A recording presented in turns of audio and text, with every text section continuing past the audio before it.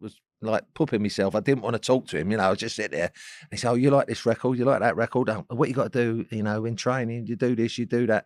And I'm thinking, I hope someone recognises me. Please stop at the lights. Please stop at the lights. Well, let's wind the clock right back, long before after dinners, like right at the very start of your career. 16 years old playing for Fulham. And you already had a bit of a West Ham connection there because obviously Bobby Moore's in the team. You're basically there to kind of replace him. You were the understudy. Yeah, I mean, just watching him train every day. I mean, I know your hero was at the time, Ginge, but Bobby was my hero, and like having won the World Cup. Came over from West Ham, played in the 75 final, and then I'm there the next season after that. I'm just sort of going around as a junior, in and around it, training in the summer, then your apprentice.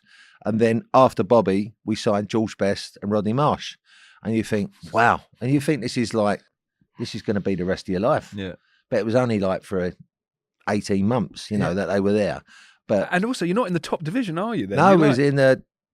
Division 2, the Championship. We was in the Championship, but it was like a travelling circus. They go pre-season trips, all of a sudden, because they, get a few quid off of different people to go over to Scandinavia, playing five-a-side tournaments, a quick game over here, quick game over there, and we were just going everywhere. And as apprentices, we were taking the skips. Yeah. On the pitch, I learnt a lot.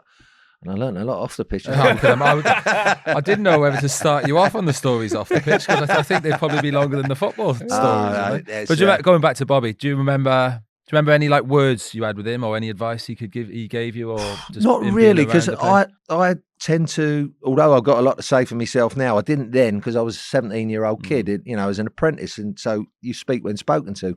But what happened was the guy who was in charge of the apprentices realised I was going to be the next one up. The step up, and they'd already had that plan for me.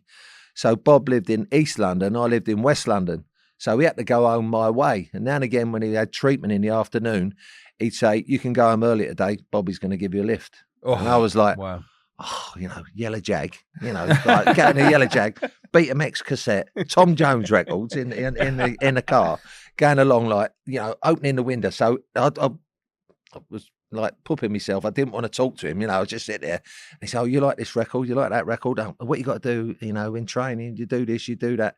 And I'm thinking, I hope someone recognises me. Please stop at the lights. Please stop at the lights. But I used to get him to drop me off at Looper Street, where was my housing estate, council estate. And all my mates who were sort of out of work at the time, I knew where they hung about around this time. Oh, drop us here. I'll get out. Brilliant. And they'd all go, "There's Bobby Moore there, isn't it?" Bobby didn't. See you in the morning, Bob. See ya. Cheers, mate. Never spoke all the way with him.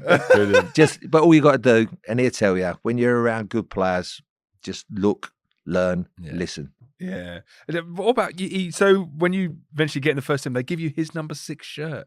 Talk about pressure. I'll tell you what, though.